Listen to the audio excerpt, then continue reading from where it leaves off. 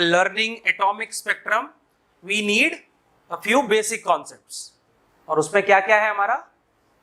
Energy of nth orbit for any one electron species क्या रहेगा? Minus 2 pi square m k square z square e raise to 4. और then energy जिसको मैंने simplify करके रखना है, याद रखना है, वो क्या है? Minus 13.6 z square upon n square electron volt per atom. इसको हम अलग अलग यूनिट्स में भी याद कर लेते हैं, जूल में, किलो जूल में, किलो कैलोरी पर मोल में. ये सब मैंने कन्वर्जन फैक्टर कल दिए थे, आप लोगों ने कर लिए होंगे. फर्स्ट ऑर्बिट का एनर्जी, सेकेंड ऑर्बिट का एनर्जी, थर्ड ऑर्बिट का एनर्जी, ये इस तरीके से आपको 7 ऑर्बिट्स तक का एनर्जी याद कर लेना है इन terms of z, because z which is atomic number will be given by the examiner. वो क्वेश्चन में रहेगा कि z की वैल्यू आपको क्या लेनी है. देन कम्स, हमको पता होना चाहिए कि जब भी इलेक्ट्रॉन किसी पर्टिकुलर ऑर्बिट में रहता है तो उसकी एनर्जी क्या रहती है? फिक्स्ड. किसी भी पर्टिकुलर ऑर्बिट में रहता है तो उसकी एनर्जी क्या रहती है? फिक्स्ड. अब अगर इलेक्ट्रॉन लोअर ऑर्बिट से हायर ऑर्बिट की तरफ जाता है तो वो एनर्जी एब्जॉर्ब करता है, और जब वो हायर ऑर्बिट से लोअर ऑर्बिट जाएगा तो एनर्जी एमिट करेगा. अब यहां दो बातें याद रखनी है एमिशन ऑफ एनर्जी के लिए. पहला कि वो एनर्जी किस फॉर्म में रिलीज करेगा? इलेक्ट्रोमैग्नेटिक रेडिएशन के फॉर्म में. दूसरा, जो भी एनर्जी रिलीज हो रही है इलेक्ट्रोमैग्नेटिक रेडिएशन के फॉर्म में, उसकी वैल्यू फिक्स्ड रहेगी for a particular type of transition.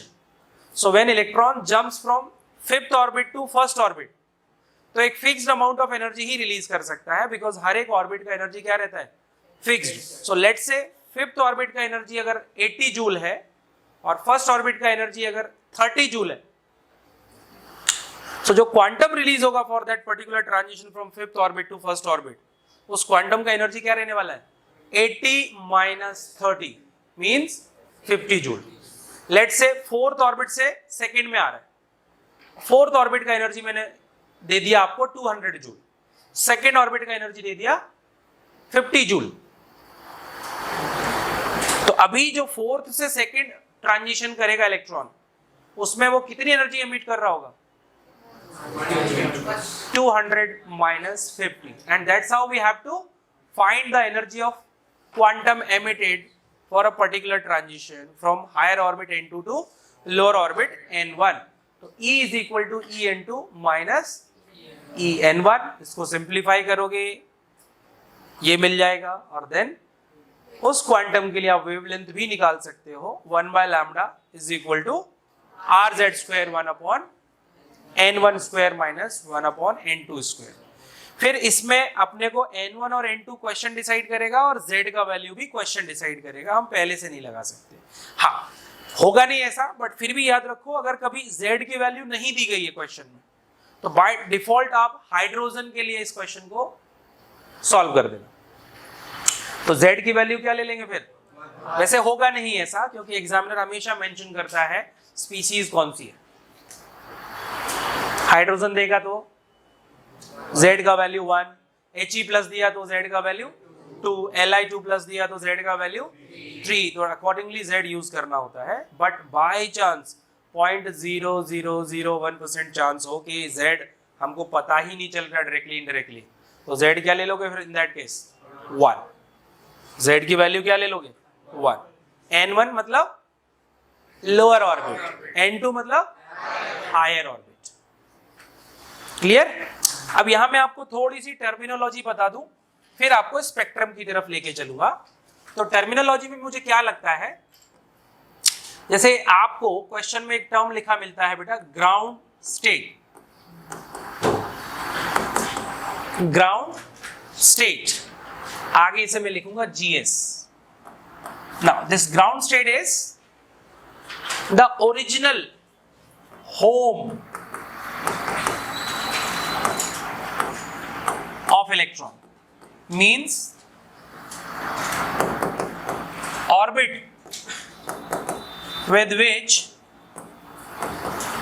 electron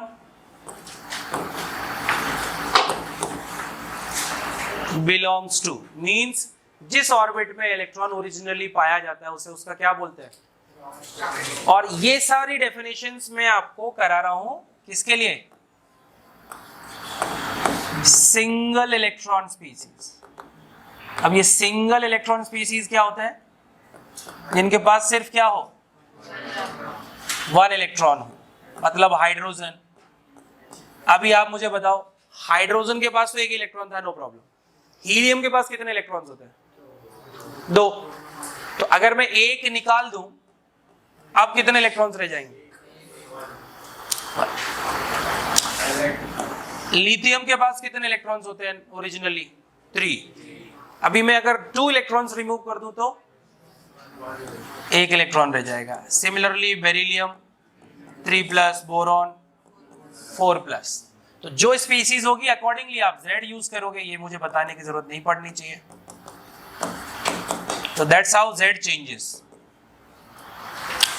फिर इस चीज को हम और बेसिक तरीके से लिख सकते हैं बेटा, कि जो भी एलिमेंट है अगर उसका एटॉमिक नंबर क्या हो और उसके ऊपर पॉजिटिव चार्ज आपको कितना दिख रहा हो, तो ये सिंगल इलेक्ट्रॉन स्पीसीज बन जाएगी।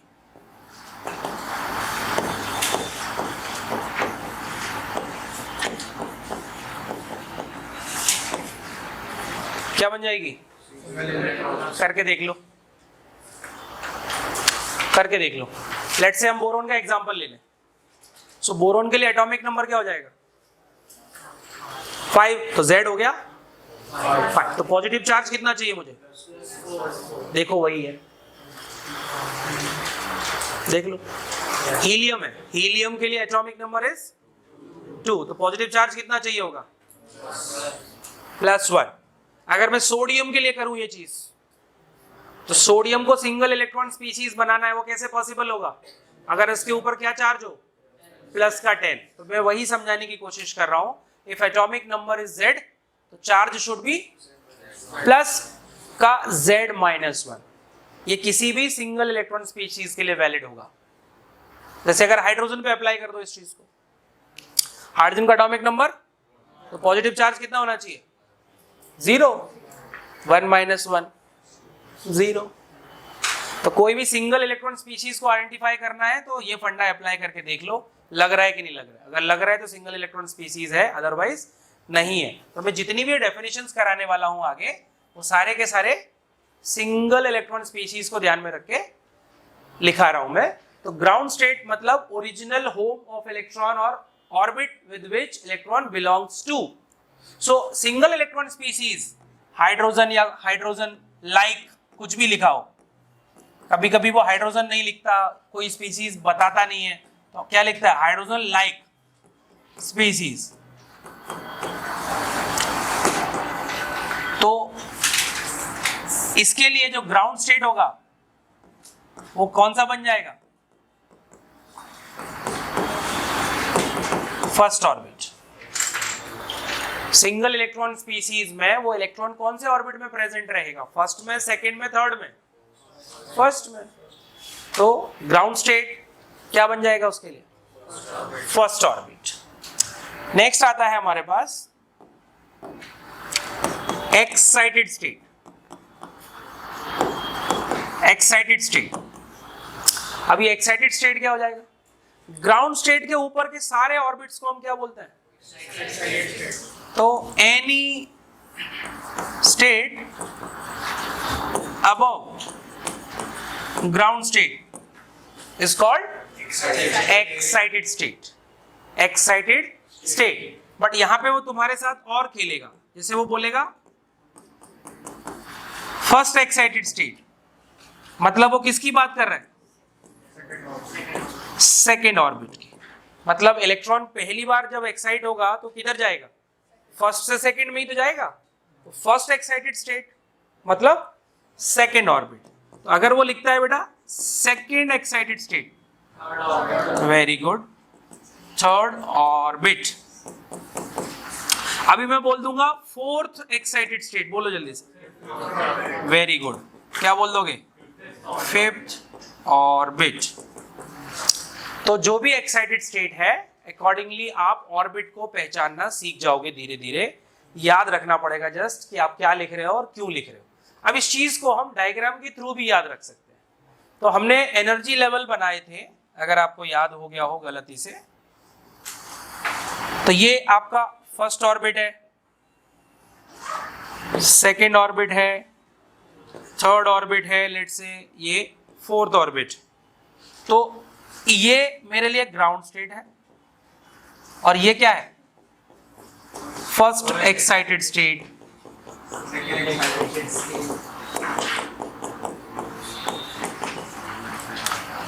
तो थर्ड एक्साइटेड स्टेट का मतलब fourth orbit, second excited state का मतलब फर्स्ट एक्साइटेड स्टेट का मतलब, और ग्राउंड स्टेट का मतलब होता है, समझे।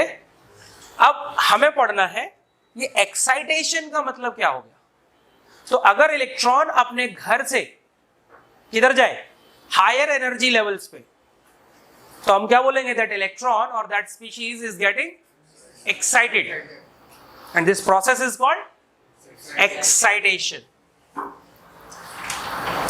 तो अगर मैं लिख रहा हूं एक्साइटेशन वर्ड का मीनिंग, तो इसका मतलब हो गया है moving of electron from ground state to any excited state. मतलब अगर इलेक्ट्रॉन ग्राउंड स्टेट से किसी भी हायर ऑर्बिट में जा रहा है तो उसे हम क्या बोलेंगे, इलेक्ट्रॉन एक्साइट हो रहा है, या वो स्पीशीज पूरी की पूरी एक्साइट हो रही है। आपकी उंगली में चोट लगी मतलब आपको चोट लगी ना, just like that if electron is getting excited तो हम बोलेंगे that species is getting excited, ऐसा। तो अगर मैं वर्ड यूज कर रहा हूं लेट्स से फर्स्ट एक्साइटेशन, तो आप मुझे बताओ इलेक्ट्रॉन किधर जा रहा है, कहां से कहां जा रहा होगा, फर्स्ट ऑर्बिट से किधर जा रहा है,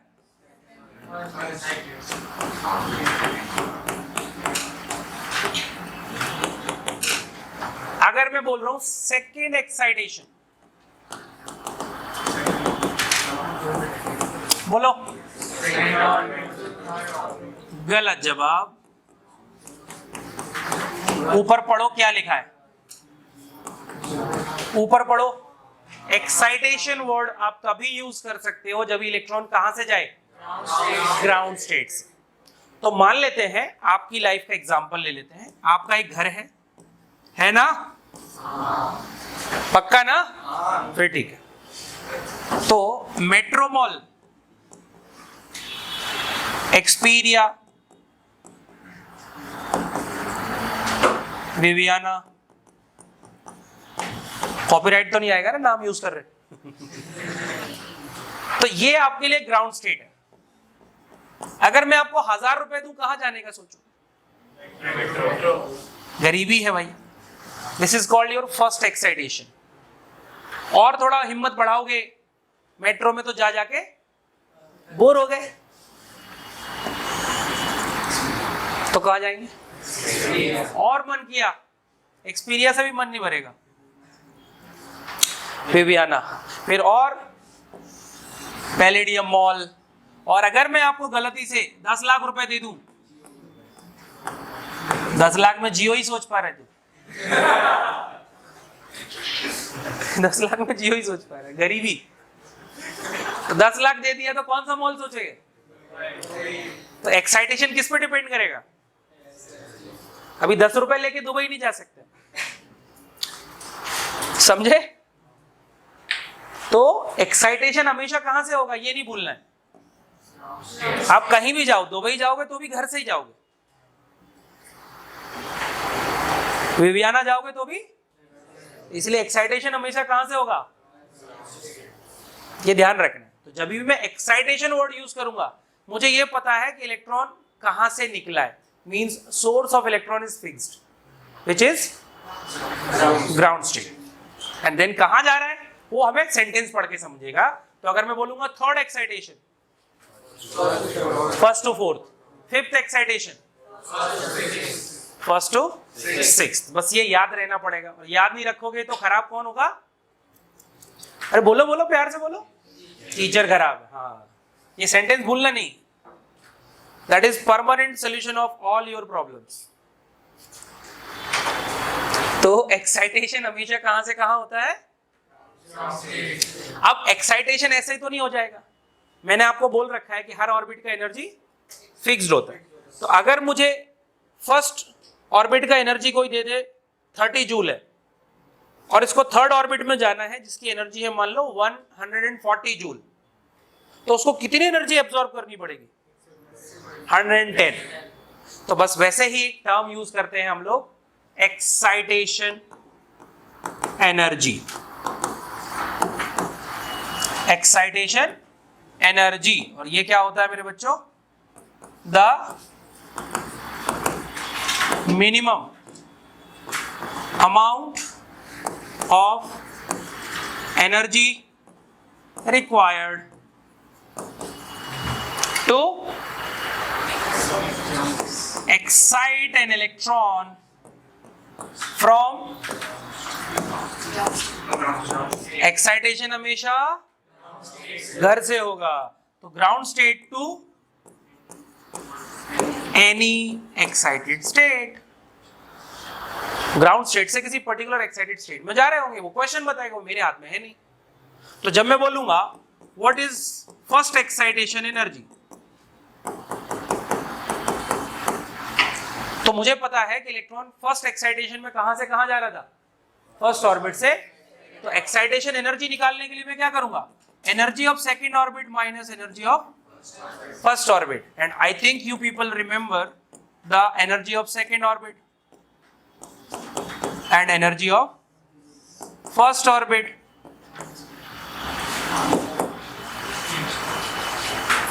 क्या आ जाएगा? यानी first excitation energy for any one electron species would be 10.2 Z square. If it is hydrogen, Z will be 1. If it is He plus, Z will be 2. तो Z square होगा 4. 4 into 10.2, 40.8. ये सब कैलकुलेशन पार्ट है, वो आपको examiner बताएगा कि species कौन सी है, एक्साइटेशन कौन सा है। हम तो एक दो एग्जांपल लिख लेंगे, हम थोड़ी एग्जामिनर क्या पूछेगा और सब करके जाएंगे क्या हम। अभी क्या पूछा मैंने? तो सेकेंड एक्साइटेशन में इलेक्ट्रॉन कहां से जा रहा था? फर्स्ट से थर्ड ऑर्बिट। तो एनर्जी कैसे निकालेंगे? हायर ऑर्बिट का एनर्जी माइनस लोअर ऑर्बिट का energy. In this second excitation case, lower orbit is first orbit and higher orbit is third orbit. So ये कैसे मिलेगा? E3 minus E1. अब E3 minus 1.51 Z square and E1 is minus 13.6 Z square. कितना आएगा? 12.09. आपको अभी याद नहीं है, पर धीरे धीरे याद होना पड़ेगा। आपको अगर एग्जाम में एक्यूरेसी बढ़ानी है तो कैलकुलेशन कम से कम करनी है। अब कैलकुलेशन कब कैसे कर पाओगे? जब आप जो बेसिक चीजें हैं वो तो याद रख लो यार। अभी तुम 13 into 6 भी करने जा रहे हो एग्जाम में, तो you are wasting your time. तो जेई में बच्चे इसलिए फेल नहीं हो जाते कि उन्होंने पढ़ा कम है, प्रिपरेशन कम है। वो तो फेल होंगे ही जिनका है ना प्रिपरेशन कम है, पढ़ा नहीं। और कुछ बच्चों की गलती ये होती है कि वो पढ़ते हैं बट एग्जाम रेडी फिर भी नहीं होते। नॉलेज होती है बट एग्जाम रेडी नहीं होते। और एग्जाम रेडी होने का मतलब है बेसिक चीजें मैं याद रखूं, मैं वहां नहीं करूंगा, मैं याद करके जाऊंगा। बच्चे बोलते सर तो रटना पड़ेगा, मुझे नहीं पता। मुझे अगर ये याद है कि थर्ड और फर्स्ट ऑर्बिट की एनर्जी का गैप कितना है, तो मेरा टाइम बचेगा ना एग्जाम में। अब तुम रट के जाओ, याद करके जाओ, समझ के जाओ, दैट्स नॉट माय कंसर्न। किसी का कंसर्न नहीं है ये। तो एग्जाम में मुझे मेरी एफिशिएंसी बढ़ानी है, एक्यूरेसी बढ़ानी है, कम टाइम में ज्यादा क्वेश्चन सॉल्व करने हैं, तो मुझे मेरे कैलकुलेशन वाले पार्ट को मिनिमाइज करना है while I am writing the exam. अगर मैं हर छोटी बड़ी चीज को कैलकुलेट कर करके देख रहा हूं इन एग्जाम, तो मेरे से बड़ा बेवकूफ कोई है ही नहीं, क्योंकि मैं हर सिंपल क्वेश्चन में भी अपनी कैलकुलेशन पे डाउट करूंगा, एंड दैट बिकम्स प्रॉब्लम। तो it's totally up to us कि हम कितना एक्साइट हो सकते हैं in terms of marks. Let's say आज मेरा 50 मार्क्स आ रहा है, अब इसको मैं 150 कैसे बनाऊं, या आज 100 आ रहा है, 100 से 150 कैसे बनाऊं? तो उसमें नॉलेज का बहुत ज्यादा रोल नहीं रह जाता है, क्योंकि नॉलेज लेते लेते तुमको आदत हो जाती है क्या करना है। बट ये जो छोटी छोटी चीजें हैं ये मिस होती जाती है हर चैप्टर में। तो अगर मुझे एफिशिएंसी बढ़ानी है, मैं ये बेसिक चीजें याद कर लूंगा, that will increase my accuracy, क्योंकि मुझे पता है 12.09 z² आना है, खत्म। और करते करते याद हो जाता है, ऐसा अलग से बैठ के रटना नहीं पड़ता। मैं तो ये सारी चीजें डायग्राम के थ्रू, जैसे first orbit, second orbit, third orbit, fourth orbit, ऐसा। तो अगर मुझे पता है फर्स्ट ऑर्बिट का एनर्जी कितना है, सेकेंड ऑर्बिट का एनर्जी कितना है, -3.4 z², थर्ड ऑर्बिट का एनर्जी, फोर्थ ऑर्बिट का एनर्जी, तो मुझे पता है कि फर्स्ट और सेकेंड का गैप कितना है। अब हमारी प्रैक्टिस में z² इग्नोर हो जाता है, जबकि उसको साथ रखना पड़ता है। हम 10.2 याद कर लेते हैं, बट उसके साथ z² लगाइए भूल जाते हैं। तो z भूल गए और उसने स्पीशीज हाइड्रोजन के अलावा कुछ और दे दी। आप लकी हो अगर उसने हाइड्रोजन दिया और आप z भूल गए, तो Z1 था, वैसे भी किसी काम का नहीं था। बट अगर उसने कोई और स्पीशीज दे दी, उसका मन किया और तुम भूल गए Z, तो क्या होगा, तुम 10.2 टिक करके आ जाओगे। जैसे He+ के लिए अभी हमने निकाला, कितना आ रहा था, ×4 हो रहा था ना, तो 40.8 आ रहा था। इन दोनों का एनर्जी कितना है,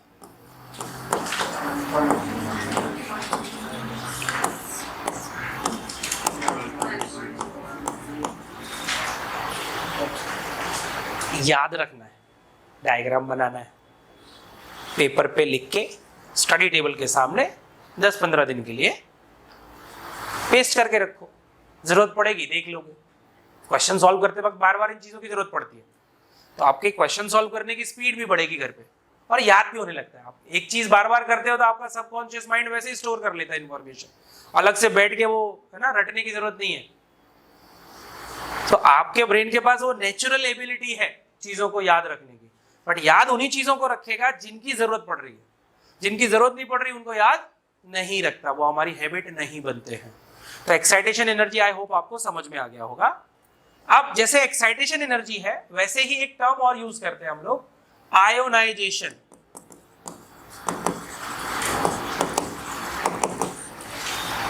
आयोनाइजेशन में क्या होता है, an electron moves from ground state to excitation कब बोलोगे, बट हो तो एटम पे। जैसे आप यहां से मेट्रो जाओ या एक्सपीरिया जाओ या विवियाना जाओ या दुबई मॉल जाओ, हो तो धरती पे ही। बट अगर मैं तुमको धरती से बाहर फेंक दूं तो this is not excitation, this is called. तो आयोनाइजेशन में इलेक्ट्रॉन कहां से कहां जाएगा, फर्स्ट ऑर्बिट से इन्फिनिटी, फर्स्ट ऑर्बिट से इन्फिनिटी। तो जब मैं बोलूंगा आयोनाइजेशन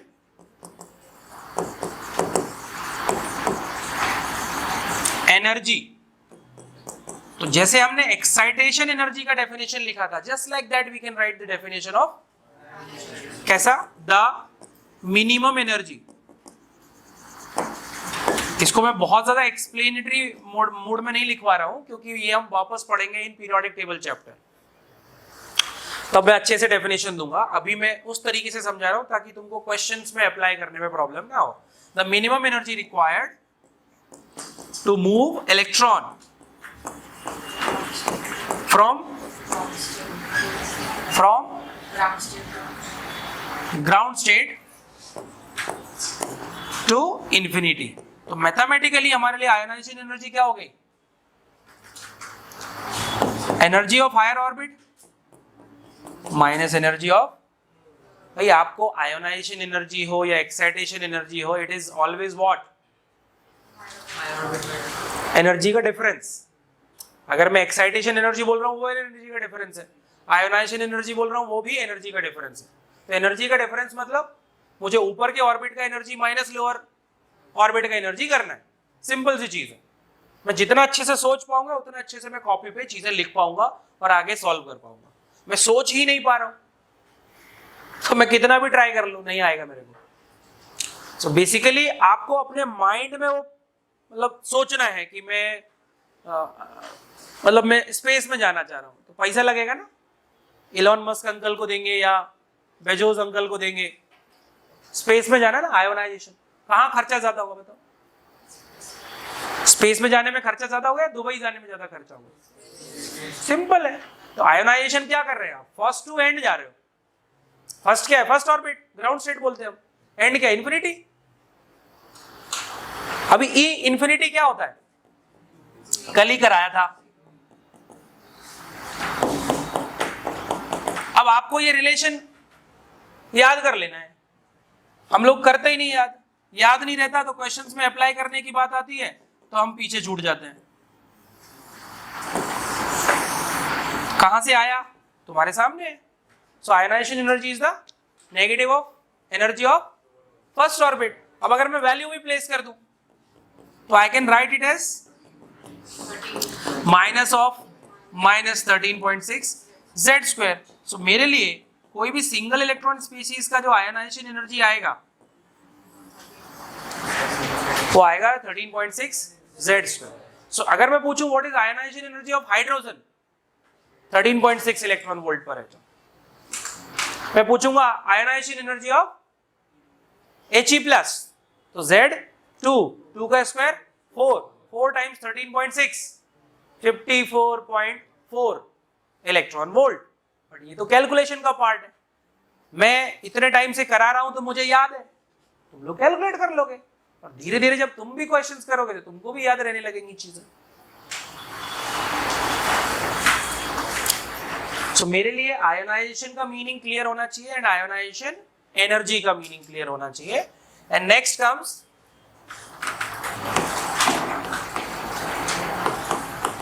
सेपरेशन एनर्जी और बाइंडिंग एनर्जी। हालांकि ये कम पूछता है बट फिर भी पता होना चाहिए, क्योंकि जब वो एनर्जी के 4 ऑप्शंस बनाएगा, एनर्जी के 4 ऑप्शंस बनाएगा तो वो एक्साइटेशन एनर्जी लिख देगा, आयोनाइजेशन एनर्जी लिख देगा। और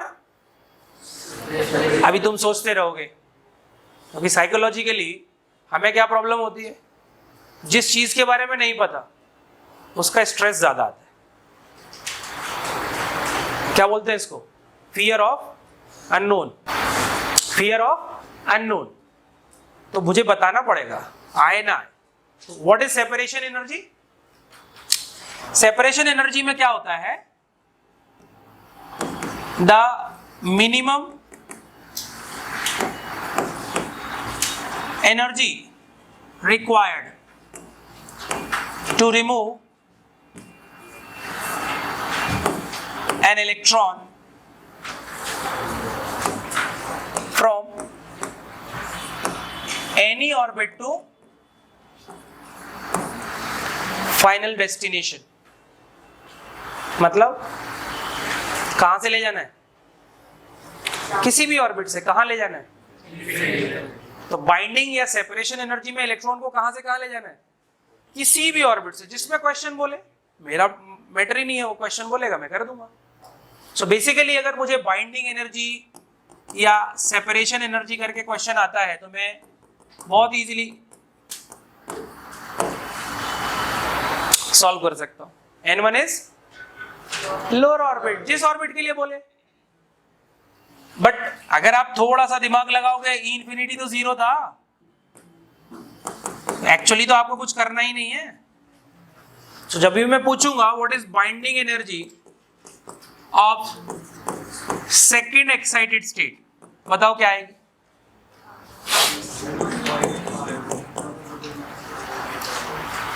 तो अभी बच्चा सेकंड देख के सेकंड ऑर्बिट सोचने लगता है, जबकि आगे भी पढ़ना है अपने को। तो सेकेंड एक्साइटेड स्टेट मतलब विच ऑर्बिट? हाँ, यही छोटे छोटे ट्रैप्स होते हैं जिनमें फंस के हमसे क्वेश्चंस नहीं होते। तो हम बोलते हैं क्लास में तो होता है सर, घर पे नहीं होता। घर पे नहीं होता, यहाँ तो मैं बता रहा हूँ ना आपको, second excited state is the third orbit. घर पे कौन बताएगा?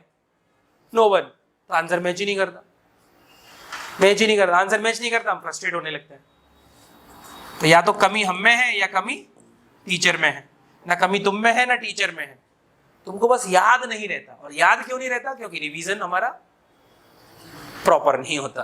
एक बार पढ़ के, एक बार समझ के अगर तुमको याद रहने लगे तो आप आइंस्टाइन बन जाओगे और मैं भगवान, और ये दोनों ही सत्य नहीं है। तो मैं क्या लिखूंगा? मैं फिर बोल रहा हूं, प्रैक्टिस में या तो माइनस छूट जाता है या जेड छूट जाता है।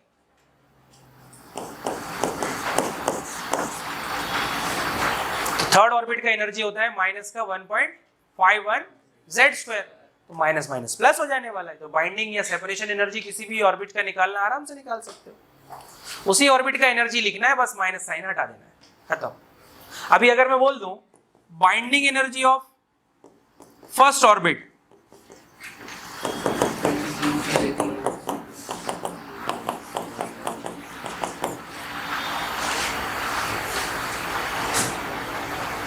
मतलब फर्स्ट ऑर्बिट से उठा के कहां भेजना है, समझे? तो वो क्या हो गई? Ionisation energy. तो फिर से रिकॉल करो, ऊपर से नीचे गिरेगा इलेक्ट्रॉन तो एनर्जी एमिट करेगा, नीचे से ऊपर जाएगा तो एक्साइटेशन या आयोनाइजेशन या सेपरेशन कैसा है? नीचे से ऊपर के लिए, तो एनर्जी एब्जॉर्ब होगी। तो आपको कितनी एब्जॉर्ब होगी वो निकालने के लिए जहां भी एक्साइटेशन हो रहा है, जहां से भी इलेक्ट्रॉन का मूवमेंट हो रहा है, हायर ऑर्बिट की एनर्जी में से लोअर ऑर्बिट का एनर्जी सब्ट्रैक्ट करना, एकदम सिंपल कॉन्सेप्ट। अब स्पेक्ट्रम में इसका उल्टा होगा। स्पेक्ट्रम में क्या होगा? इलेक्ट्रॉन हायर ऑर्बिट से लोअर ऑर्बिट में जंप करता है। तो पहले तो हम स्पेक्ट्रम के बारे में थोड़ा सा समझते हैं। स्पेक्ट्रम है क्या एक्चुअली? आपने प्रिज्म सनलाइट में रखा होगा, तो आपने व्हाइट लाइट यानी कि सनलाइट का पैटर्न एक ढूंढा होगा जिसको आपने विबग्योर के नाम से पढ़ा होगा। तो विबग्योर क्या है? सो एक्चुअली स्पेक्ट्रम क्या हो गया?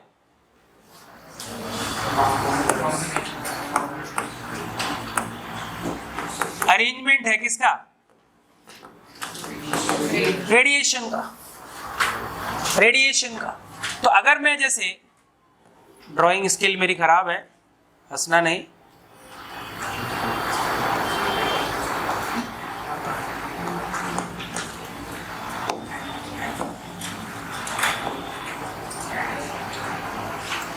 जल रहे ना अच्छे से। अब ये तो रेडिएशन यानी कि लाइट जो है वो चारों तरफ भेजेगी, चारों तरफ भेजेगी। अब मैं क्या करूंगा? इसके रास्ते में एक दीवार खड़ी कर दूंगा और उसमें से एक होल कर दूंगा। अभी क्या होगा? जो रेडिएशन है वो इस छोटे से स्लिट बोलते हैं इसको, से बाहर जाएगी इधर, तो हमको क्या मिलेगी? लेजर जैसी एक fine beam of this visible light. हमको क्या करना है? इसको एक प्रिज्म पे इंटेंट करा देना है। नॉर्मल लैंग्वेज में इसको हम क्या बोलते हैं? प्रिज्म। थोड़ा बड़े हो जाओगे तो क्या बोलोगे? जैसे मैग्नीफाइंग लेंस होता है, मैग्नीफाइंग ग्लास होता है ना, तो उसको हम क्या बोल सकते हैं? Simple microscope. है तो लेंस ही ना, बट माइक्रोस्कोप का काम क्या है? बट वो सिंपल है। तो वैसे ये क्या है? सिंपल स्पेक्ट्रोग्राफ है। तो प्रिज्म का काम क्या होता है? If you remember, tell me please. मैं यहाँ कलर नहीं दिखा सकता, सॉरी, इतनी अच्छी ड्राइंग नहीं है, बट ये लाइट को दोनों सरफेसेस पे बेंड करेगा, दोनों सरफेसेस पे बेंड करता है और पहली सरफेस पे स्प्लिट करता है। स्प्लिट किधर करता है? Only first surface of the prism पे, और डेविएट या डिफ्लेक्शन दोनों सरफेस पे थोड़ा थोड़ा होगा। तो मान लो ऐसे जा रहा था तो पहली सरफेस पे भी दूसरे पे भी दोनों सरफेस पे डेविएशन होता है, और स्प्लिटिंग फर्स्ट सरफेस पे होती है। तो डायग्राम आप ध्यान से देख लेना। अब यहां जो हमें रेडिएशन मिल रहा है, ये जो पैटर्न है, इसी को हमने नाम दे रखा है क्या? स्पेक्ट्रम। अभी यहां जो रेडिएशन आया था उसका सोर्स क्या है?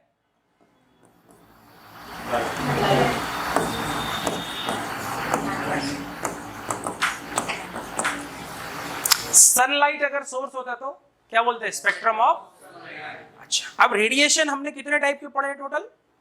8। भूल जाते हो कौन कौन से थे? Cosmic rays, gamma rays, X rays, UV rays, visible, infrared, microwave and radio wave. यही था। इनमें से हमको दिखता क्या है? विजिबल की रेंज क्या है? 400 to 750 नैनोमीटर या 4000 एंगस्ट्रॉम टू 7500 एंगस्ट्रॉम। यही था। तो अगर वेवलेंथ इस रेंज में आएगी तो हमको दिखेगा, बट इससे कम या इससे ज्यादा तो हमको दिखेगा नहीं। अब दिखेगा नहीं का मतलब ये थोड़ी कि है नहीं। जैसे क्या मुझे मोबाइल के सिग्नल यहां पे दिख रहे हैं क्या? नहीं दिख रहे। मेरे मोबाइल को दिख रहे हैं। मेरा मोबाइल, आपके मोबाइल को भी दिख रहे हैं? निकालो जरा। नहीं निकाल रहे। तो मोबाइल को दिख रहे हैं, मेरी आंखों को नहीं दिख रहे। दिख रहे हैं क्या? नहीं। क्यों? क्योंकि वो रेडियो वेव्स के लिए हमारी आंखें सेंसिटिव नहीं होती। सिंपल है। तो हर एक रेडिएशन का स्पेक्ट्रम आपको दिखेगा ऐसी गारंटी नहीं हो सकती भाई, क्योंकि इंफ्रारेड नहीं दिखेगा आपको, यूवी नहीं दिखेगा, एक्सरे नहीं दिखेगा। समझे ना? अब ये जो स्पेक्ट्रम है, इस स्पेक्ट्रम को हम कई तरीके से स्टडी करते हैं। जैसे एक टर्म हम लोग यूज करते हैं बेटा, मैं बहुत सिंपल लैंग्वेज में दूंगा ताकि आपको समझे, रिवाइज कर पाओ आप। एमिशन स्पेक्ट्रम का बोलते हैं स्पेक्ट्रम को when all the radiation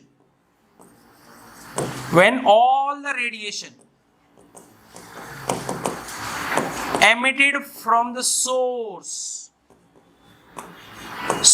से जितने भी रेडिएशन बाहर निकले हैं,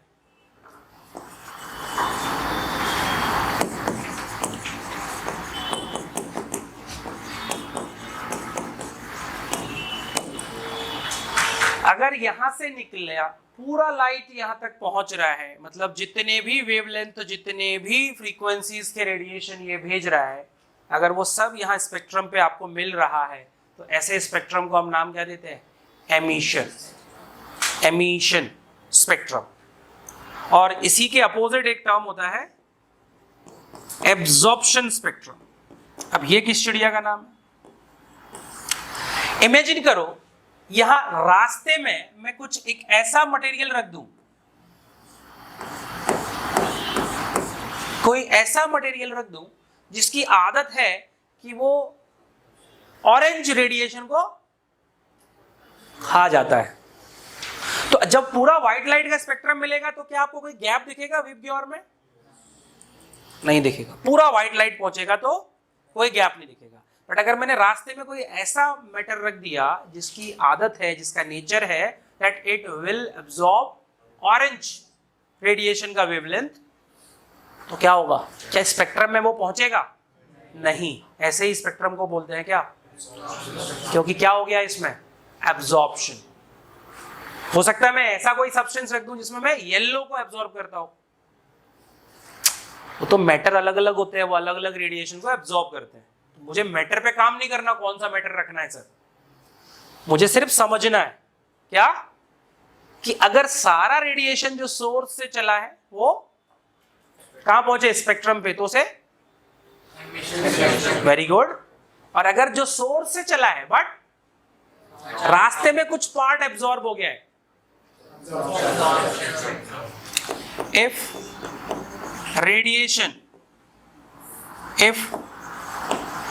some part of the radiation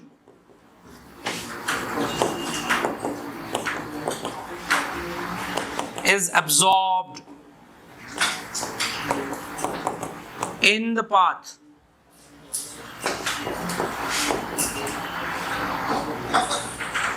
तो उस स्पेक्ट्रम को हम नाम क्या दे देते हैं? Absorption spectrum. ये ऐसे समझ लो जैसे क्लास में 50 बच्चे हैं, रोल नंबर उनके 1 2 3 4 5 ऐसा 50 तक है। सारे बच्चे अगर घर से निकल के क्लास तक आ गए, एमिशन स्पेक्ट्रम। एग्जाम्पल ध्यान से सुनना, याद रहेगा तो ये सब समझ में आ जाएगा। एग्जाम्पल याद नहीं रहेगा तो ये सब भूल जाओगे। पढ़ी हुई चीज, लिखी हुई चीज साइंटिफिक लैंग्वेज में होती है, इसलिए याद नहीं रहता, कनेक्ट नहीं कर पाते हम। एग्जाम्पल ध्यान से सुनना। क्लास में टोटल 1 से लेके 50 स्टूडेंट्स है। घर से सारे के सारे बच्चे निकले और सारे के सारे क्लास में पहुंचे, ऐसा स्पेक्ट्रम को क्या बोलोगे? Emission spectrum. बट अगर roll number 3, roll number 12 and roll number 39 ये चले गए बदलापुर डैम, तो क्लास में कितने बच्चे पहुंचे? 3 बच्चे बीच में ही एब्जॉर्ब हो गए। किसने एब्जॉर्ब कर लिया? डैम ने। या डेडपूल देखने चले गए, तो किसने एब्जॉर्ब कर लिया? डेडपूल ने। एब्जॉर्ब हो गए ना कुल मिला के। तो जितने बच्चे घर से निकले उतने बच्चे क्लास तक नहीं पहुंचे, ऐसे स्पेक्ट्रम को क्या बोलेंगे? Absorption spectrum. क्लियर? तो अगर सारा रेडिएशन स्पेक्ट्रम में पहुंच रहा है तो एमिशन, कुछ रास्ते में एब्जॉर्ब हो गया तो क्लियर। ये 2 टर्म्स क्लियर हो जाने चाहिए। अभी खत्म नहीं हुआ दर्द हमारा, अभी और दर्द दूंगा। एक टर्म आता है कंटिन्यूअस स्पेक्ट्रम। अब जैसे आपकी अटेंडेंस हो रही है 1, 2, 3, हर एक बच्चा अवेलेबल है, तो कंटिन्यूटी में सब चल रहा है, कोई प्रॉब्लम नहीं। आपने बैंक से करेंसी नोट लेके आए हो, नया नोटों का गड्डी लेके आए हो, नया वाला। नए वाले पे क्या होता है? सीक्वेंस में करेंसी नोट्स होते हैं 1 से लेके 100 तक। तो अगर 1 से लेके 100 तक हर एक नोट है, या क्लास में 1 से लेके 50 तक हर एक बच्चा है, तो उसको क्या बोलते हो? नाम से नहीं क्लियर हो रहा? Continuous spectrum. तो कंटिन्यूअस स्पेक्ट्रम क्या बोलेंगे? When all the radiations from first to last wavelengths are present in spectrum। तो आप जो व्हाइट लाइट का स्पेक्ट्रम ऑब्टेन करते हो वो कैसा स्पेक्ट्रम था? कंटिन्यूअस।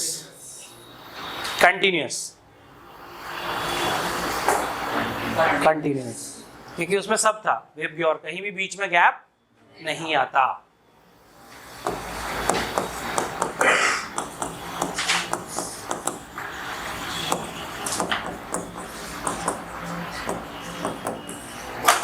कंटिन्यूअस स्पेक्ट्रम गारंटी से क्या होता है?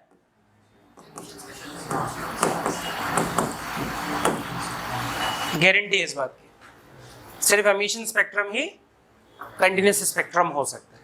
डिसकंटिन्यूअस में क्या होगा? नाम से समझ में आ रहा होगा शायद। नहीं, आप पहले भावनाओं को समझो फिर जाओ उधर। डिसकंटिन्यूअस में क्या होगा? बीच में से कुछ बच्चे एब्सेंट है। If some wavelengths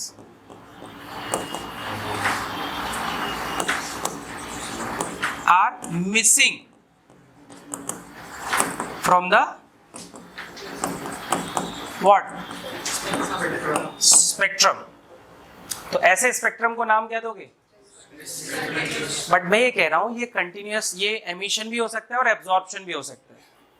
एब्जॉर्प्शन तो गारंटी से डिसकंटिन्यूअस होगा, कोई प्रॉब्लम नहीं आनी चाहिए किसी को कि अगर 1 से लेके 50 सारे स्टूडेंट्स घर से निकले, बट 1, 3, 39 जो भी थे वो डैम घूमने गए थे, बारिश हो रही है, मौसम अच्छा है,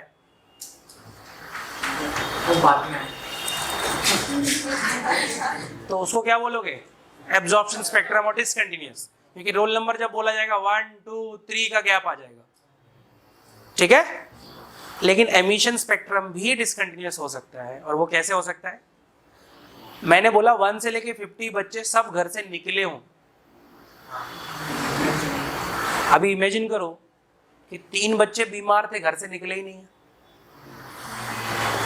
इमेजिन करो 10, 20 और 30 वाला बच्चा ये 3 बच्चे बीमार थे, घर से निकले ही नहीं है। घर से कितने निकले?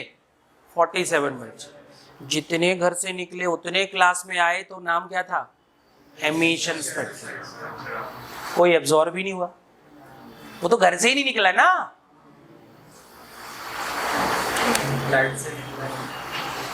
समझे?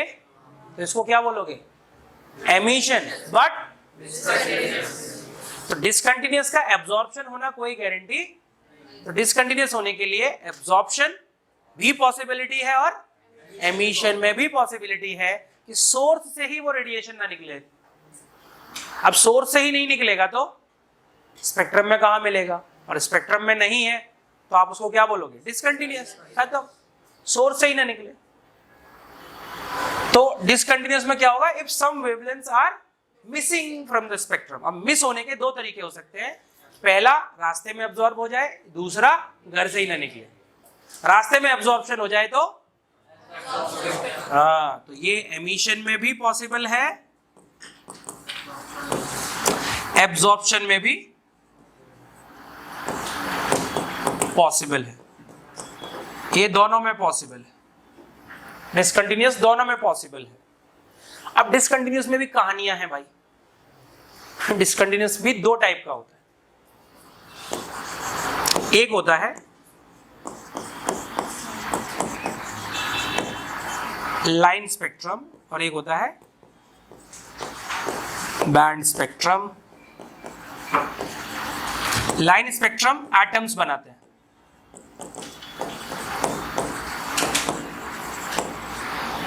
और बैंड स्पेक्ट्रम मॉलिक्यूल्स बनाते हैं। अब ये लाइन और बैंड क्या चीज होती है, क्या बला है भाई? ये ध्यान से सुनना अच्छे से। 1 से लेके 50 स्टूडेंट्स थे। अब मैं बोलूं कि स्टूडेंट नंबर 2 आया है, 11 आया है, 27 प्रेजेंट है, 39 प्रेजेंट है, 47 प्रेजेंट। इस स्पेक्ट्रम को क्या बोलोगे? Line spectrum. मतलब सिंगल वेवलेंथ, फिर मिसिंग वेवलेंथ्स, फिर कुछ वेवलेंथ्स गायब हो गई, फिर एक वेवलेंथ मिली, फिर कुछ वेवलेंथ्स गायब हो गई। तो हर एक वेवलेंथ को हम नाम क्या देते थे स्पेक्ट्रम में? लाइन। क्योंकि स्पेक्ट्रम में वो हमें लाइन के फॉर्म में दिखाई देती है। अगर आपने वीबीआर का स्पेक्ट्रम देखा होगा तो आपको कलर की लाइन दिखती है। तो इसको हम क्या बोलते हैं? Line spectrum. और बैंड स्पेक्ट्रम में क्या होता है? मान लो 2, 3, 4 आए, फिर कुछ बच्चे गायब हो गए, फिर मान लो आ गए 13, 14, 15, 16, 17 आ गए, फिर कुछ बच्चे गायब हो गए, फिर पता चला 41, 42, 43, 44 आए। तो ऐसे स्पेक्ट्रम को क्या बोलते हैं? तो एक्चुअली बैंड कैसे बना है? कुछ लाइंस के बंच को हम नाम देते हैं क्या? बैंड। तो ध्यान रखना, बैंड क्या है? Bunch of lines. तो एटॉमिक स्पेक्ट्रम क्या होती है? सिंगल सिंगल वेवलेंथ्स मिलती हैं, बीच में क्या रहता है?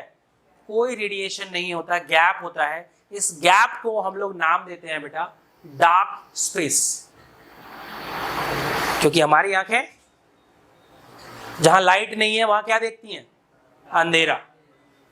अब हालांकि हमको तो इंफ्रा भी नहीं दिखेगा। इंफ्रा रेड का भी रेडिएशन का वेवलेंथ ये सब देखोगे तो हमको तो कुछ नहीं दिखना है, बट मशीन में भी वहां पे क्या दिखेगा? खाली जगह, कोई रेडिएशन नहीं दिखेगा। तो आपको ये क्लैरिटी होनी चाहिए that line spectrum is given by atoms. तो जो एटॉमिक स्पेक्ट्रम है वो कैसा है? लाइन स्पेक्ट्रम होता है। लाइन स्पेक्ट्रम डिसकंटिन्यूअस है। डिसकंटिन्यूअस के 2 टाइप है, लाइन, बैंड स्पेक्ट्रम कौन दिखाएगा? ये हमारे सिलेबस का पार्ट नहीं है। I have to focus on atomic spectrum. तो इसमें क्या मिलेगा मुझे? सिंगल सिंगल वेवलेंथ्स मिलेंगी और बीच में क्या रहेंगे? ये जो बीच में खाली जगह है ये सबका क्या है? ये डार्क स्पेस है, ऐसा। तो एटॉमिक स्पेक्ट्रम में आपको लाइंस मिलती हैं और ये आप बहुत आराम से समझ लोगे अगर आपने रेडबर्ग्स फॉर्मूला ठीक से यूज किया। क्योंकि अपने को ऑलरेडी पता क्या होता है Rydberg's formula, 1/λ is equal to RZ square 1/n1 square minus 1/n2 square. R क्या है? रेडबर्ग्स कांस्टेंट। Z क्या है? लैम्डा क्या है? किसकी? क्वांटम की। वेवलेंथ याद रहेगा, किसकी है भूल जाते हैं हम, और बाद में क्वेश्चन में सही जगह सही चीज अप्लाई नहीं होती हमसे। सर आप समझाते हो समझता है, घर पे क्वेश्चन ही नहीं बनते हैं, क्योंकि यहां मैं 6 बार बोल रहा हूं lambda is the wavelength of quantum. घर पे तुम तो बोल नहीं रहे हो अपने आप से, तुमको बस वेवलेंथ याद है। सर लैम्डा का फॉर्मूला याद है मेरे को, बट उसका करूं क्या? लैम्डा के तो 10 फॉर्मूला पढ़ोगे अभी तुम, बट कौन सा लगेगा वो तो याद ही नहीं रहता जब तक पता नहीं कि कौन सा लैम्डा का नाम क्या है। यहाँ जो लैम्डा जो वेवलेंथ आप यूज कर रहे हो वो क्या है? एक्चुअली वेवलेंथ है किसकी? क्वांटम की। क्वांटम कहां से आया है?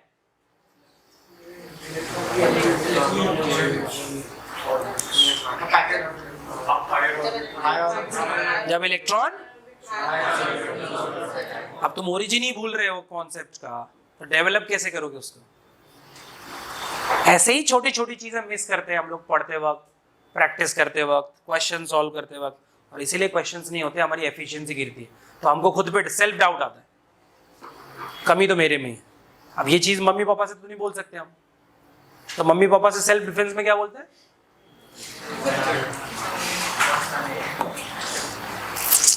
तो अभी आपको याद कर लेना है एटॉमिक स्पेक्ट्रम क्या है भाई?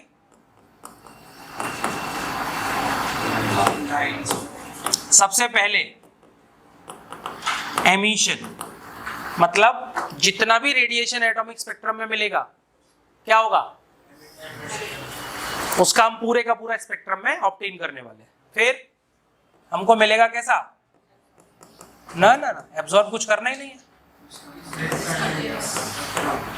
और डिसकंटिन्यूअस में भी कौन सा मिलेगा?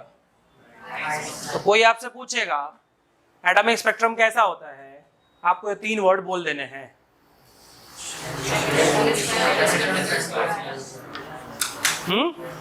क्या क्या बोल दो, शर्माओ नहीं, पूरा पूरा रिपीट करते रहो। एटॉमिक स्पेक्ट्रम इज, बोल दो और बोल दो, कोई खर्चा नहीं है। फिर से बोल दो।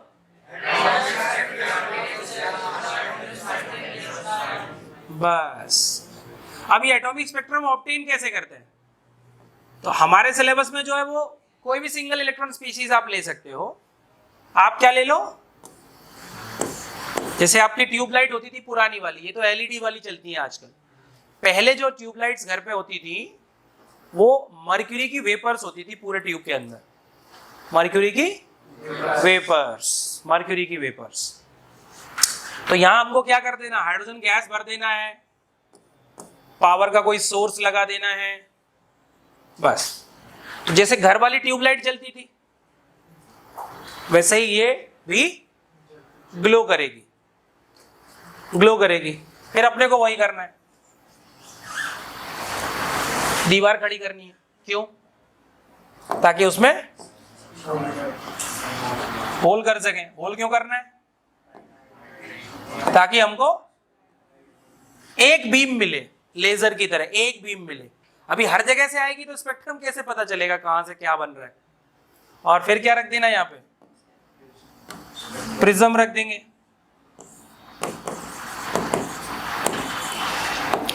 और अब ये जो रेडिएशन है दोनों ही सरफेसेस पे डिफ्लेक्ट होगी, स्प्लिट किधर होगी?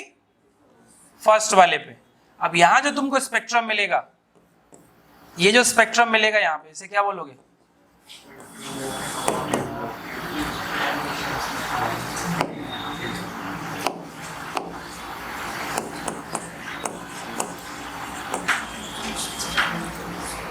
क्योंकि यहां हमने गैस कौन सी रखी है? अब ये हाइड्रोजन स्पेक्ट्रम मिला क्यों? ये ग्लो क्यों कर रहा था भाई? ऐसे ही ग्लो नहीं कर सकता है ना। तो होता क्या है, ध्यान से देखें, at high electric potential at high electric potential क्या होगा?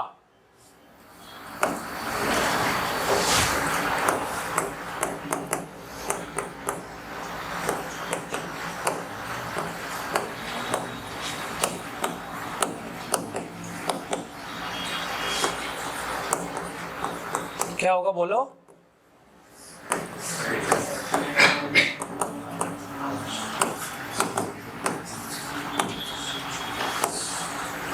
क्योंकि आप उनको क्या दे रहे हो? इलेक्ट्रिकल एनर्जी दे रहे हो ना। बिकॉज ऑफ दैट एनर्जी क्या होगा? आपके पास तो इस ट्यूब में लाखों करोड़ों खरबों एटम्स हैं हाइड्रोजन के, तो कुछ एटम्स में इलेक्ट्रॉन्स एक्साइट होके क्या करेंगे? फर्स्ट ऑर्बिट से थर्ड में चले जाएंगे, कुछ में फर्स्ट से फिफ्थ में चले जाएंगे, कुछ में फर्स्ट में सिक्स्थ में चले जाएंगे, कुछ में फर्स्ट से सेकेंड में, कुछ में फर्स्ट से फोर्थ में, ऐसे वेरियस हायर ऑर्बिट्स में जाके बैठ जाएंगे electrons. So at high electric potential, electrons in hydrogen atom ground state get excited to various higher orbits by, लिख दो यहाँ पे, absorbing what? Electrical energy, जो आपने बैटरी लगाई है ना यहाँ पे। अब जब ये एक्साइट होंगे तो So क्या हो गया? At high electric potential, electrons in the ground state of hydrogen atom will get excited to various higher orbits. अभी तुम कितना भी एक्साइट हो जाओ, मेट्रो चले जाओ, एक्सपीरिया चले जाओ या दुबई चले जाओ, आना किधर है? यही कहानी इलेक्ट्रॉन्स की है, आना सबको वापस ही है। तो जब ऊपर गए इसको हम बोलते हैं एक्साइटेशन। अब वापस आने की प्रोसेस को डी एक्साइटेशन, आयोनाइजेशन बोल रहे हैं।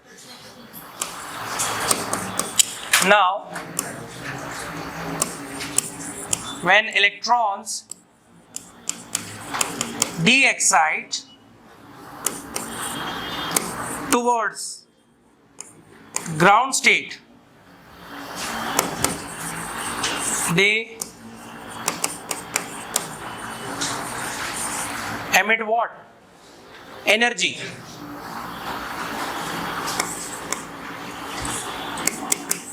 In the form of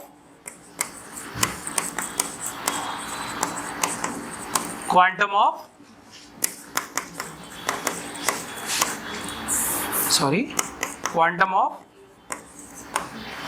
electromagnetic radiation. तो अभी सोचो कुछ के एटम्स फिफ्थ से फोर से, कुछ के इलेक्ट्रॉन्स, नॉट एटम्स, कुछ के इलेक्ट्रॉन्स क्या होंगे? फिफ्थ से फोर्थ से थर्ड से टू से वन। आना किधर है? Towards ground state. एकदम से जंप करेंगे इसकी कोई गारंटी नहीं है। मान लो कोई इलेक्ट्रॉन सिक्स्थ ऑर्बिट में, जरूरी थोड़ी वो 6 से 1 में आ जाए। आ भी सकता है, नहीं भी आ सकता है। 6 से 1 में आया तो आपको एक वेवलेंथ मिलेगी, पर सोचो 6 से 5 आया तो क्या दोनों वेवलेंथ सेम होंगी? हर बार you will get different wavelength, और ये वेवलेंथ की एक ही वैल्यू पॉसिबल है ना। 6 से 1 की एक वेवलेंथ आएगी, 6 से 5 आएगा तो वेवलेंथ अलग होगी, 6 से 4 आया तो वेवलेंथ अलग होगी। तो आपको क्या मिलते हैं? सिंगल वेवलेंथ मिलती है। इसीलिए हाइड्रोजन एटम का जो स्पेक्ट्रम मिलेगा वो कैसा होगा? Line spectrum, single wavelength. Line से मेरा क्या मतलब है यहाँ पे? Radiation of single wavelength. Line जब मैं वर्ड यूज कर रहा हूं उसका मीनिंग क्या है मेरा? Radiation of single wavelength. तो अगर एक वेवलेंथ मिल रही तो मैं बोलूंगा 1 लाइन मिल गई। अब उसी वेवलेंथ के 10 क्वांटम मिल गए तो भी उसको सिंगल लाइन ही बोलेंगे, क्योंकि वो सब एक ही जगह पर स्पेक्ट्रम में दिखाई देंगे। बस क्या बढ़ेगा? इंटेंसिटी। क्या बढ़ेगा? इंटेंसिटी। नंबर ऑफ क्वांटम बढ़ जाएंगे, बट क्वांटम का एनर्जी सेम, तो वेवलेंथ भी सेम, तो स्पेक्ट्रम में दिखेंगी भी वो, तो आपको 10 लाइन नहीं दिखेंगी। अगर सेम एनर्जी के 10 क्वांटम भी निकले तो लाइन आपको एक ही मिलेगी। जितने भी टाइप के ट्रांजिशंस होंगे उतने ही नंबर ऑफ लाइंस मिलते हैं अपने को। जितने टाइप के ट्रांजिशंस, यहां से आपका कॉन्सेप्ट आता है स्पेक्ट्रल सीरीज का, उधर चलते हैं, एकदम सिंपल कॉन्सेप्ट है, बस देखते जाओ। तो मैं आपसे ये कह रहा हूं कि मेरा जो इलेक्ट्रॉन है उसका फाइनल डेस्टिनेशन, ऊपर तो चले गया बट अब उसका फाइनल डेस्टिनेशन क्या है? Ground state only.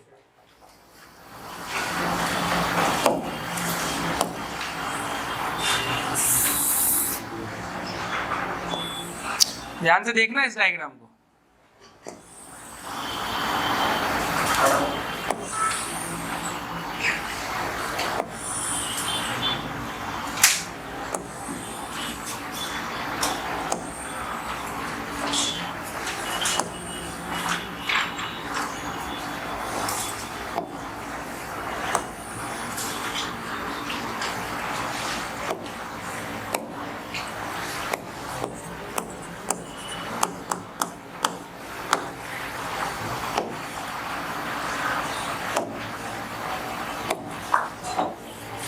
अगर मेरा कोई इलेक्ट्रॉन है हायर ऑर्बिट से सीधा किधर आ जाए? सीधा ग्राउंड स्टेट पे आ जाए। मान लो इन्फिनिटी पे चले गया था, एटम से छोड़ के बाहर ही चले गया था, तो भी उसको आना किधर है? इसके लिए वेवलेंथ क्या होगी? क्या आप कैलकुलेट नहीं कर सकते? बोलो, कर सकते हो, सब बता चुका हूं मेरे प्यारे बच्चों। वेवलेंथ का फॉर्मूला नहीं लिखा हमने? तो आपसे मैं पूछूंगा फॉर इन्फिनिटी टू 1 वेवलेंथ क्या आएगी? फॉर्मूला आपको पता है, आर जेड स्क्वायर।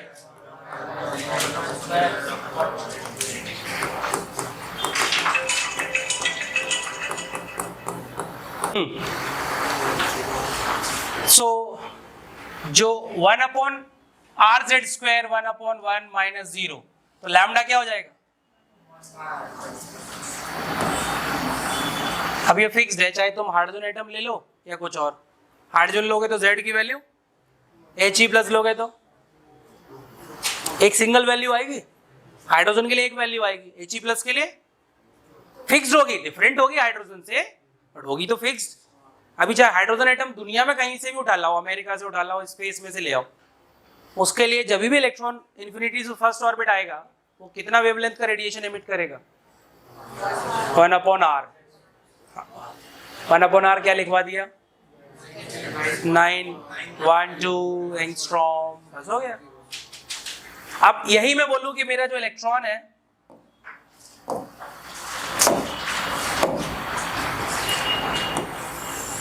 सेवन से 1 में आ रहा है, उसके लिए वेवलेंथ नहीं निकाल पाओगे? यस और no? For 7 to 1, 1 by lambda is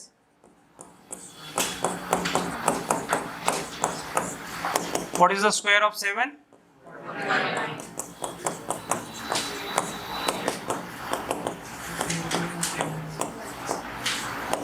48 हो जाएगा। लैम्डा क्या हो जाएगा? 49 डिवाइड बाय 48 RZ स्क्वायर। यही वेवलेंथ आएगी, एक सिंगल वेवलेंथ आएगी, 6 वेवलेंथ तो नहीं आएंगी एक बार में। तो एक ट्रांजिशन में आपको एक पर्टिकुलर वेवलेंथ मिलेगी। ऐसे ही अगर आप वेवलेंथ्स को क्या कर लो, कैलकुलेट करते जाओ,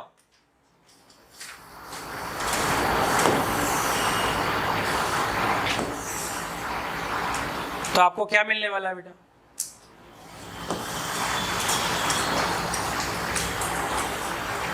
कई सारी लाइंस मिल गई इसमें हमने जानबूझ के क्या किया? इलेक्ट्रॉन हायर ऑर्बिट से किधर जंप करवाया? ग्राउंड स्टेट में। किधर? यानी कि फर्स्ट ऑर्बिट में।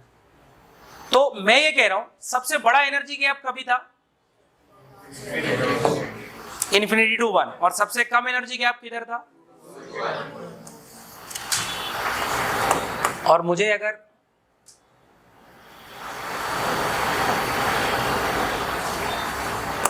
किसके लिए निकालना होता?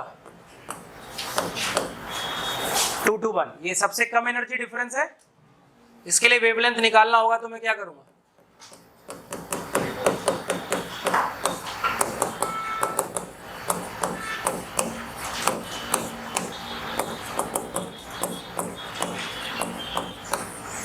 अब मुझे बताओ कौन सी वेवलेंथ हाईएस्ट होगी? इन सब में सबसे बड़ी वेवलेंथ कौन सी होगी?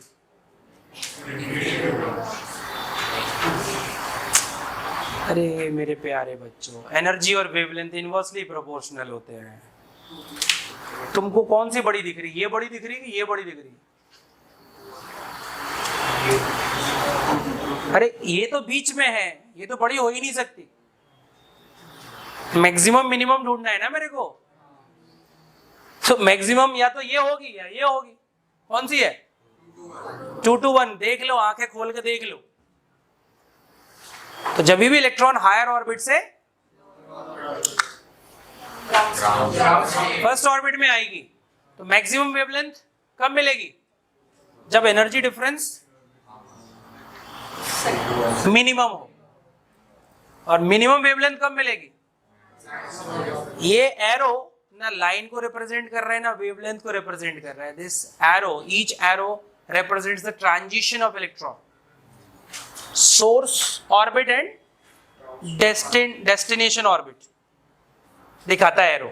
ये एरो ना वेवलेंथ दिखा रहा है ना रेडिएशन दिखा रहा है, कुछ नहीं दिखा रहा है, सिर्फ ट्रांजिशन बता रहा है। इलेक्ट्रॉन यहां से यहां जा रहा है। तो ये खुद लाइंस नहीं है। हम लोग डायग्राम देखते हैं, हमको लगता है इन्हीं लाइंस की बात हो रही ना, ये लाइंस नहीं है। ये क्या दिखा रहे हैं? सिर्फ ट्रांजिशन। एरो बता रहा है कि इलेक्ट्रॉन कहां से कहां जंप कर रहा है। तो मुझे जो सबसे बड़ी वेवलेंथ मिली है वो किसमें मिली है? इसीलिए इसके करस्पॉन्डिंग लाइन को, इस ट्रांजिशन के करस्पॉन्डिंग लाइन को, ना कि इस लाइन को। बच्चा पढ़ता है घर जाके, सर ये कहां लॉन्गेस्ट है? ये होगी लॉन्गेस्ट। तो मैं लाइन वर्ड किसके लिए यूज कर रहा हूं? रेडिएशन की लाइन, वेवलेंथ के लिए पूछ रहा हूं मैं। और ये मुझे लाइन नहीं दिखा रहा है, ये क्या दिखा रहा है? Transition. So wavelength corresponding to this transition will be the maximum। तो मैं यहां ऐसे ही लिख देता हूं, wavelength corresponding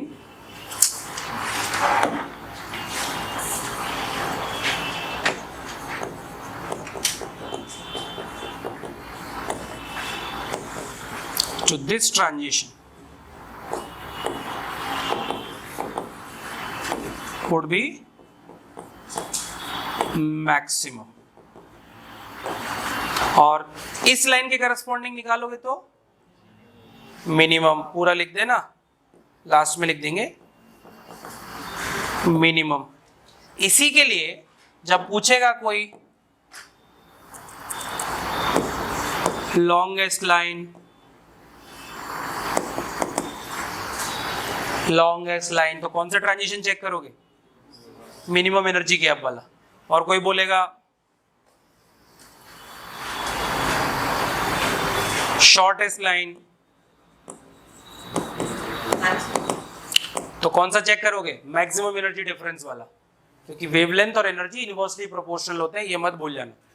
तो अगर एनर्जी गैप कम होगा तो वेवलेंथ सबसे बड़ी आएगी, और एनर्जी गैप सबसे ज्यादा होगा तो वेवलेंथ सबसे कम आएगी। शॉर्टेस्ट लाइन हो गई और ये हो गई लॉन्गेस्ट लाइन।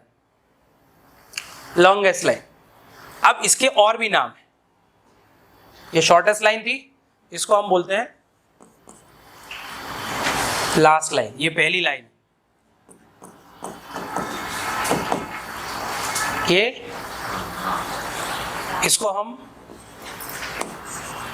क्या बोलेंगे? इसको एक और नाम देते हैं सीरीज लिमिट। तो जो लास्ट लाइन होती है वही शॉर्टेस्ट है, वही मार्जिनल लाइन है, और वही है हमारे लिए। और ये क्या है?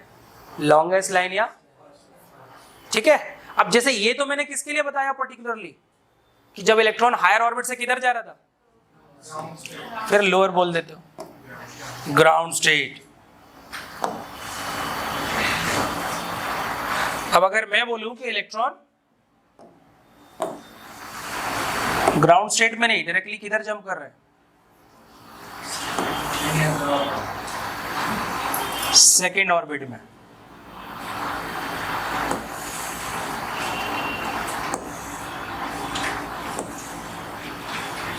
सेकेंड ऑर्बिट में ऐसा ही थर्ड में भी आ सकता है। तो हमने क्या किया, इन सारे लाइंस के लिए एक और टर्म बना लिया, सीरीज, स्पेक्ट्रल सीरीज। तो जब भी ग्राउंड स्टेट की बात होगी तो सीरीज का नाम क्या हो जाता है, लाइमन सीरीज। और जब भी सेकेंड ऑर्बिट की बात हो रही होगी तो सीरीज का नाम हो जाता है बामर सीरीज। बामर, एल साइलेंट है ना।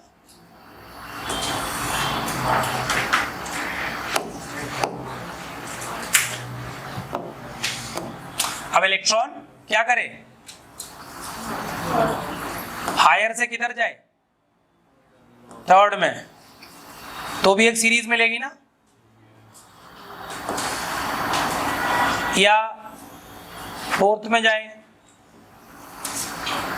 तो भी एक सीरीज मिलने वाली है, या फिफ्थ में आए तो भी एक सीरीज मिलने वाली है, या सिक्स्थ में आए तो भी एक सीरीज मिलने वाली है। तो इन सीरीज के नेम्स क्या है, लाइमन, बामर। थर्ड जो स्पेक्ट्रल सीरीज है वो क्या है, पास्चन। फोर्थ वाली का नाम है ब्रैकेट। फिर है फंड, पी साइलेंट रहता है, फंड। और हम्फ्री, तुम फ्री नहीं हो, हम्फ्री। तुम कहां से फ्री हो, तुमने तो 2 साल के लिए अपनी आत्मा हमारे नाम कर रखी है। You are trapped with me for, भूलने का नहीं। तो हमने अलग अलग सीरीज बना ली। तो name of series will tell you the lower orbit. If I am saying I am talking about Lyman series, means electron is definitely jumping from any higher orbit to first orbit. If I am saying I am talking about bracket series, the electron is definitely jumping from any higher orbit to fourth orbit. Definite. क्योंकि knowledge आने के बाद उसको systematic नहीं बनाया तो काहेगा science. तो मुझे तो ऐसा बहुत सारे ट्रांजिशंस मिलेंगे, तो मैंने क्या कर लिया, सिस्टमेटिकली लिख लिया, सिस्टमेटिकली लिख लिया। और अब हम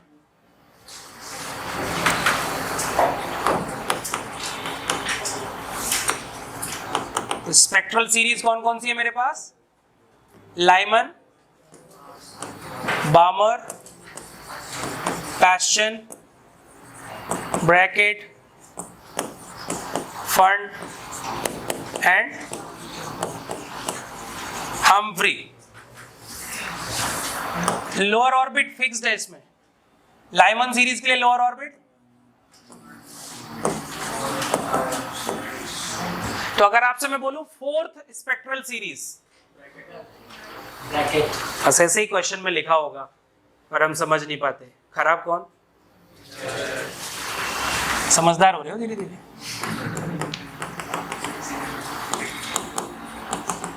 हायर ऑर्बिट तो कोई भी हो सकती है ना, उसका तो कोई वो है नहीं, बट उससे हायर होनी चाहिए जहां पे इलेक्ट्रॉन जंप कर रहा है। अभी सेकंड से थर्ड जाएगा तो एब्जॉर्प्शन होगा, एमिशन तो होगा ही नहीं।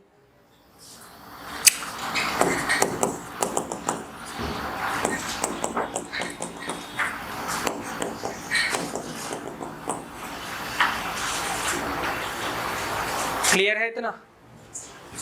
अब यहां पे और थोड़ी सी इंफॉर्मेशन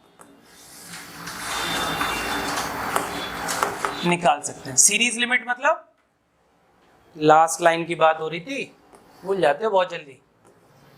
सीरीज लिमिट मतलब लास्ट लाइन, सीरीज लिमिट मतलब, अब लास्ट लाइन किसी भी सीरीज की हो, जरा सोचो। अगर मैं लास्ट लाइन या सीरीज लिमिट की बात करता हूं तो मुझे पता है इलेक्ट्रॉन कहां से चलेगा, और जो भी सीरीज होगा उसके अकॉर्डिंग उसका लोअर ऑर्बिट रहेगा। लाइमन सीरीज बोला तो n1 की वैल्यू 1 हो जाएगी, बामर सीरीज बोला तो n1 की वैल्यू 2 हो जाएगी, पास्चन बोला तो ये आप आराम से निकाल सकते हो। 1 by lambda are Z square 1 upon n1 square minus 1 upon, तो ये तो 0 हो जाएगा टर्म, तो लैम्डा इज इक्वल टू आता है n1 स्क्वायर अपॉन, ये होता है सीरीज लिमिट। तो फिर से देख लो फॉर्मूला क्या था, n1 स्क्वायर अपॉन, अभी सीरीज के अकॉर्डिंग n1 पता है आपको,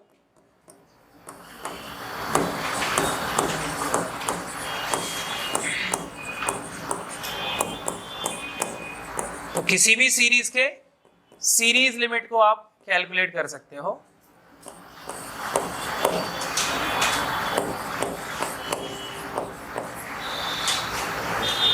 अच्छा,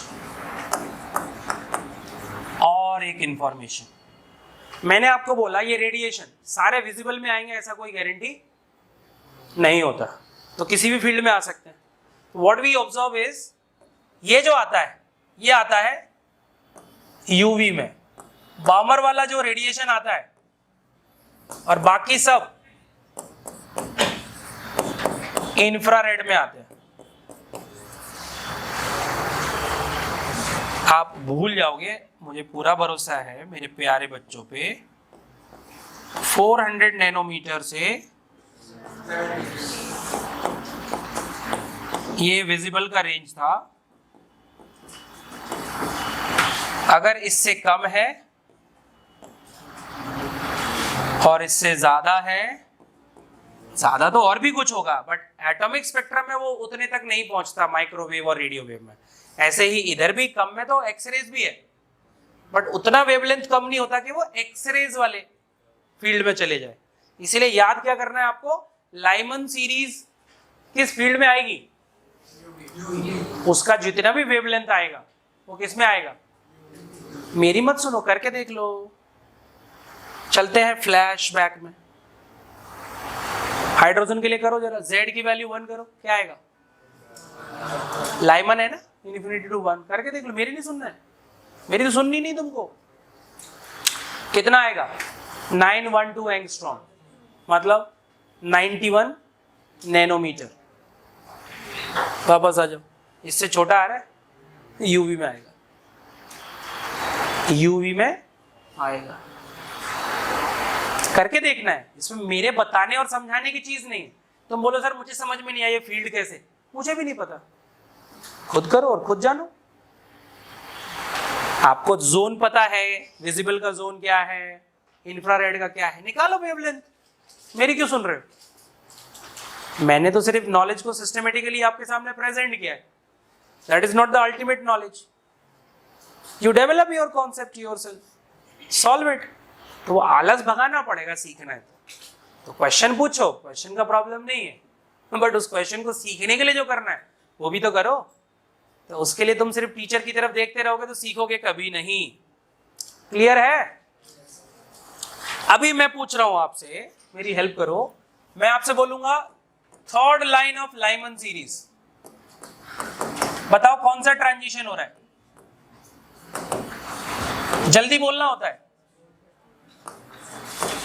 नहीं बोल पा रहे हो तुम, कोई बात नहीं, कोई बात नहीं। मैं आपसे पूछूंगा third line of passion series,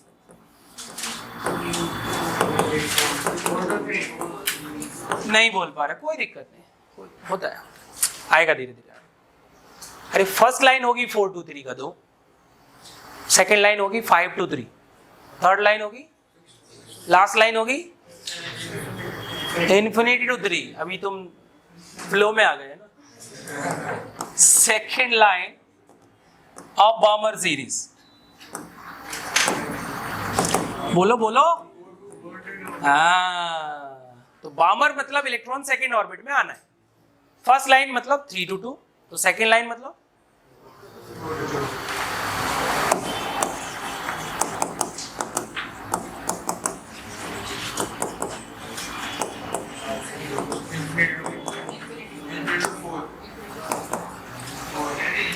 ऐसे ही क्वेश्चंस फ्रेम करेगा स्पेक्ट्रम में, समझे? एक लास्ट कॉन्सेप्ट जो स्पेक्ट्रम में यूज करता है वो पूछता है number of spectral lines.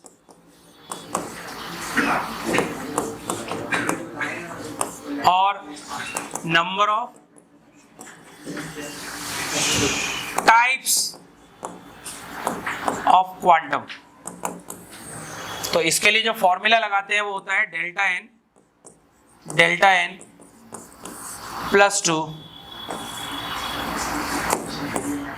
Plus 1 divide by 2 divide bye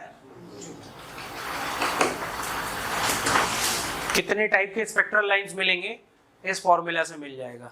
तो अगर मैं बोलूंगा कि मेरा electron 6th orbit to 2nd orbit भाग रहा है, अच्छा ये भी समझ लो, एरो दिखाता है डायरेक्ट ट्रांजिशन।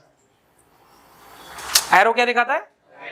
अगर मैं लिख रहा हूं 4 एंड एरो 2, मतलब इलेक्ट्रॉन 4th ऑर्बिट से डायरेक्टली 2nd ऑर्बिट में जंप कर रहे हैं, पर यही मैं इंग्लिश में लिख रहा हूं 4 to 2, it does not mean कि वो डायरेक्टली जा रहा है। इसका मतलब है बीच के सारे काउंट करने हैं आपको।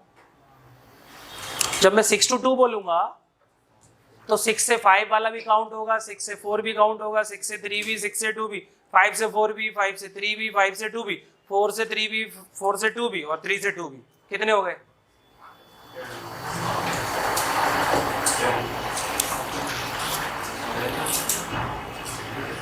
10 हो गए ना? बस यही तो निकालना है अपने को। तो नंबर ऑफ स्पेक्ट्रल लाइंस कैसे निकालोगे? डेल्टा एन कितना है? अरे बोलो। 4? अरे डेल्टा एन 4 डेल्टा एन 4 आया तो स्पेक्ट्रल लाइंस कितने आएंगे? डेल्टा एन 6 - 2 से आएगा। कितने स्पेक्ट्रल लाइंस हो गए? 10। विजुअलाइज करना है तो जो अभी मैंने बोला वही लिख लेंगे। जैसे 6 से 2 मुझे काउंट करने हैं तो फॉर्मूला तो हो गया 10 आ गए, बट 10 कौन कौन से आ गए देखो ध्यान से। 6 से 5, 6 से 4, 6 से फिर 5 से,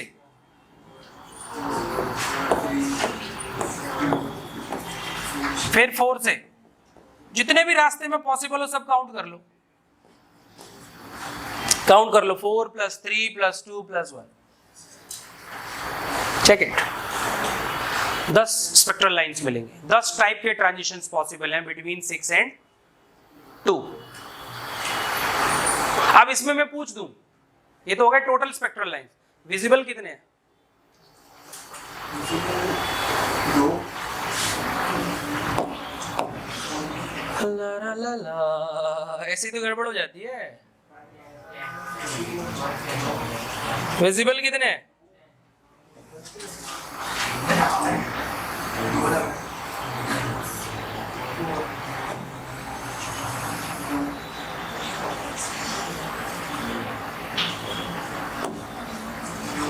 जाओ, बामर आता है ना विजिबल में, बामर मतलब सेकंड में आना चाहिए। ये 4 किस में आ गए और ये बाकी के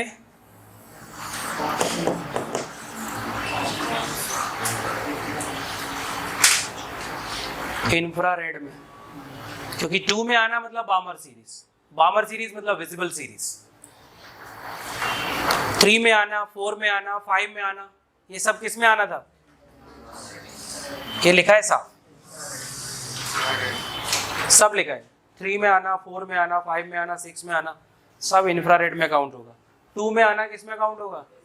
और 1 में आता तो मैं आपको बोलूंगा कितनी स्पेक्ट्रल लाइंस मिले इस एग्जांपल में? 10। कितने नहीं दिखेंगे तुमको आंखों से?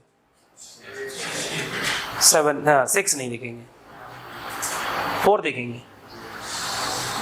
आपको विजिबल दिखता है बस। है कितने? अब ऐसा ही तुम करो, अगर मैं 7 to 1 के लिए पूछ रहा हूं कितने स्पेक्ट्रल लाइंस मिलेंगे?